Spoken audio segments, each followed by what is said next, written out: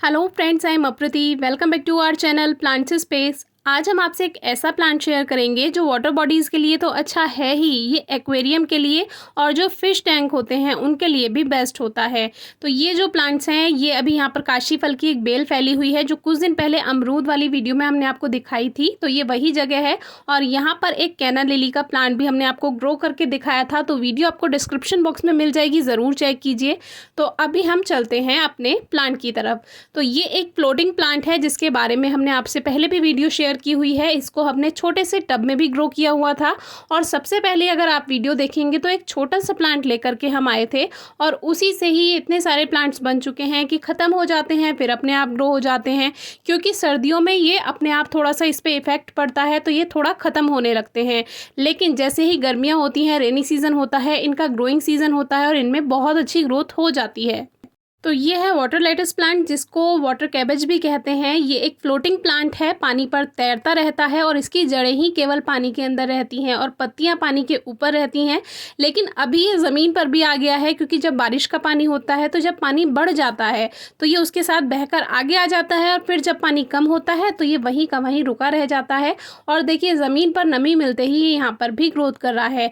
जबकि ये ज़मीन पर लगाने वाला पौधा नहीं है, इसको मिट्टी में नहीं ग्रो किया जा सकता। ये एक एक्वेटिक प्लांट है, यानी कि एक फ्लोटिंग प्लांट है जो पानी पर तैरकर ही ग्रोथ करता है। अभी नमी है मौसम में, मिट्टी में नमी है, इसीलिए ये मिट्टी में जो नमी है उसको लेकर के उसको एब्जॉर्ब करके चल रहा है ज़मीन पर भी। लेकिन ये ज़मीन पर नहीं चलता है, ये पानी का ही पौधा होता है, तो आप इसको पानी में ही ग्रो कीजिए।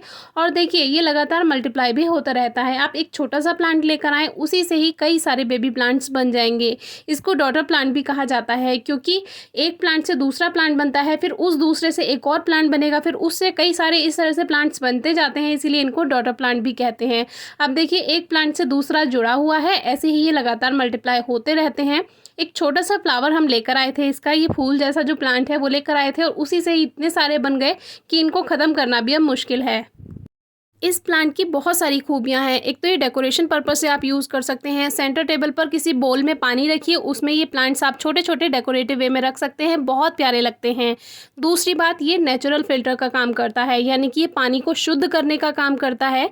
लेकिन ये नहीं है कि आप पानी चेंज ना करें। अगर आप छोटे से किसी टब में अगर रख रहे हैं और काफ़ी दिन हो जाते हैं तो उसमें मॉस्किटो लार्वा हो सकते हैं, तो वो सही नहीं है। इसीलिए टाइम टू टाइम वाटर भी हमें चेंज करना रहता है।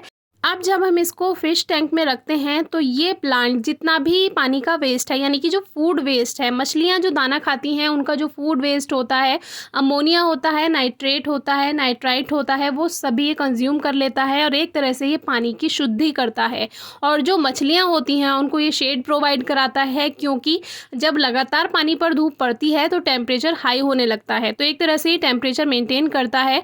और मछलियाँ जो हैं इसके शेड के नीचे रहती हैं, मतलब कि इसका जो एक तरह से छत का काम कर लेता है। और जब टेम्परेचर हाई हो जाए अगर, तो जो मछलियां हैं वो इसके नीचे आराम करती हैं, उनसे उनको काफ़ी फ़ायदा मिलता है।